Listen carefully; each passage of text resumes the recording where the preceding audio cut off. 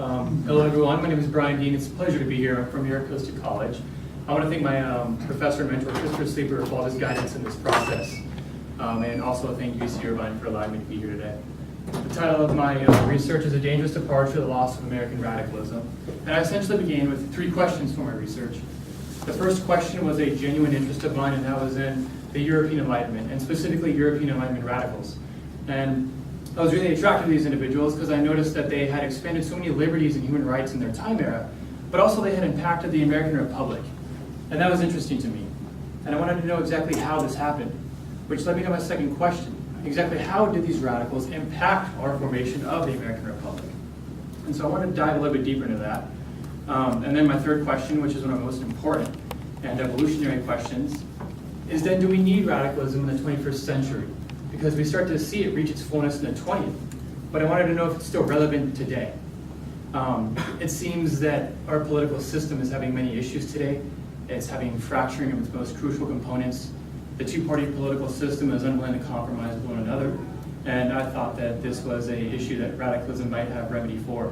A recent Gallup poll has even discovered that 28% of Americans do not trust the legislative branch anymore, which is troubling. In context, I'm defining radicalism, radical behavior, as something that is divergent or is seeming subversive to a current socio-political agenda. And more often than not, these radical figures are dealing with natural rights of citizens. We can imagine these as what John Locke and Thomas Jefferson spoke about, these inalienable rights of man, such as life, liberty, property, pursuit of happiness, something more implicit in the human experience before politics was even on the scene. One of my key researchers, Bryan Dean, claims that this has actually been a tradition in American experience, this radicalism, which I thought was important going on throughout my research. And this tradition has been built by individuals like Jean-Jacques Rousseau, who promoted ideas like a social contract theory. And this theory was essentially having a contract between the government and the government. And if the government is not fulfilling those needs, then the government could be abolished. And this is an extremely radical proposition for this time era. Other notions like religious toleration, republicanism, government, and again, these natural rights of man were all heralded by figures like Jean-Jacques Rousseau. But this came at a cost, because Rousseau was highly condemned for this, and in prison he once lamented he would be a fugitive upon the earth. And we would see this trend continue throughout history of people speaking out against this current agenda, this dominant agenda essentially, and becoming this kind of fugitive embodiment.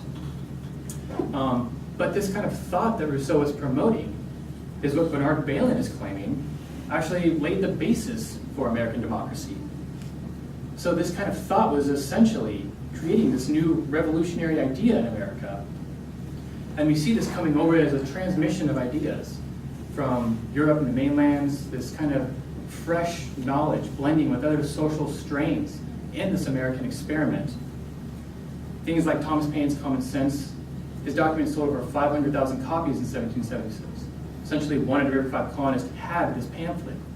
And it was an extremely radical document because it really was aiming to promote the Americans to separate from Great Britain. And this ideological shift that occurred during this time era is essentially what Bernard Bailyn's claiming was the American Revolution. This complete transmission and blending of ideas, essentially this changing of thought, was the American Revolution. And we can witness the radicalism of this time era and the environment, how radical it was, in Thomas Jefferson's words in 1787, speaking about one of the local rebellions, Shays' Rebellion, which was a farmers' rebellion. Jefferson even mentions, God forbid we should be 20 years without such one of these rebellions. What country can preserve its liberties if its rulers are not warned from time to time that this people preserve the spirit of resistance? And this is very radical for someone to say in this time era, especially Jefferson. And we start to see his radical principles get initiated. His Declaration of Independence was an extremely radical document. And it really did promote these ideas from John Locke, from these Enlightenment thinkers. His Virginia Religious Freedom Act establishes religious freedom. And his Kentucky and Virginia Resolves of 1798 combat conservative elements by Adams, by Hamilton, and they really are fighting against the sedition acts of the times, which attempt to limit the freedom of speech. His inauguration speech of 1801, we see a shift in Jefferson. We start to see a more rational Jefferson. From 1787 to 1801, And he says, if there be any among us who would wish to dissolve this union or to change its republican form, let them stand undisturbed as monuments. Error of opinion may be tolerated where reason is left free to combat it. So we see Jefferson transforming from radical to now all of a sudden a more rational element, which I thought was also very important for my research to understand this transition. Emerging into the 20th century, however, America starts to use this radicalism to reveal the abuses of industrialization. And it's symptomatic of the times. From 1890 to 1906, there's over 300,000 strikes in America. We have unions spurting up, really heralding these ideas of human rights and natural liberties, working rights. And the election of 1913 is of specific importance because we see for the first time a radical socialist, Eugene Debs, gaining nearly 1 million votes. And we have Roosevelt, Wilson, and William Howard Taft becoming this new paradigm shift of presidential activism and focusing on reform. And this really was a stimulation of these radical elements. They accomplished many things during this time. Roosevelt's trust busting of Standard Oil and national securities, Pure Food and Drug Act of 1906, mostly by individuals like Upton Sinclair's The Jungle, which is an extremely vivid document. Direct election of senators, the 8-hour workday under the Adamson Act, women's suffrage, and these are just to list a few of these substantial claims. But one of my key researchers mentions that radicalism has played an essential part in this. In this undisciplined, wasteful, essentially kind of push and pull, radicalism really has brought these arguments to the fore of this political debate to have substantial reform happen.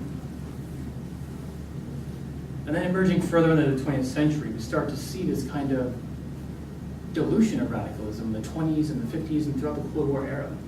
And we start to witness radicalism being condemned, and it starts to get diluted. And the Red Scares essentially start to suppress these elements that were so integral to our American experience. And Ronald Reagan even mentions, I detest their philosophy, but never, as a citizen, does he want to see us be urged by fear. He doesn't want to compromise with any of our democratic principles. This is just a small list of the suppressive acts that were passed during and throughout the 20th century to silence individuals who were diverging from a socio-political agenda. Starting in 1798 with the Sedition Acts, they reemerged in 1918. The Smith Act and McCarran Act even further consecrated these ideas that speaking out was not something to be promoted or put on a spotlight. And I thought this was really dangerous in my research to understand that these were essentially being stripped from our political debate. One of my key researchers, Henry May, notes in the 50s, radicalism in America is demoralized and numerically insignificant. Almost never in this country's history have there been so few bold and vigorous critics of the social order.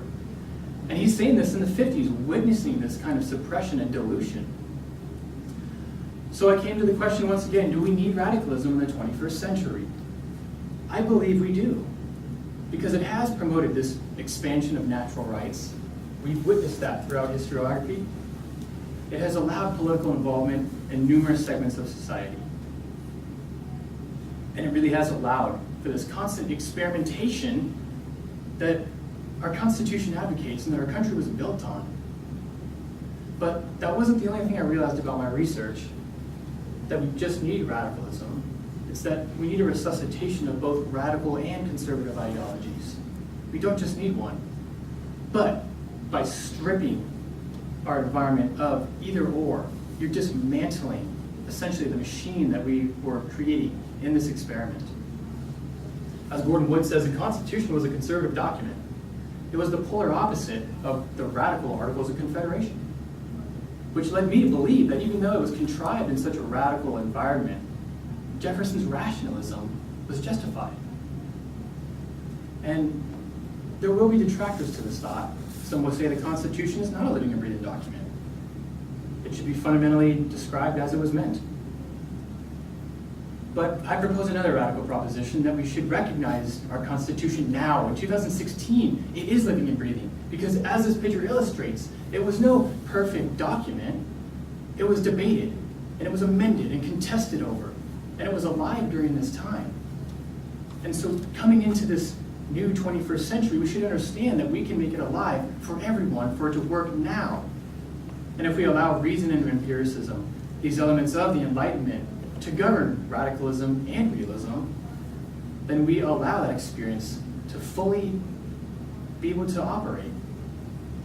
And one of the most dangerous things of suppressing these radical elements is we start to essentially suppress the founders of this country. And we suppress the individuals who allowed our country to flourish and preserve. But most dangerously is we relinquish our ability to know where can we go. So I believe the departure of radicalism is dangerous for America. Thank you very much.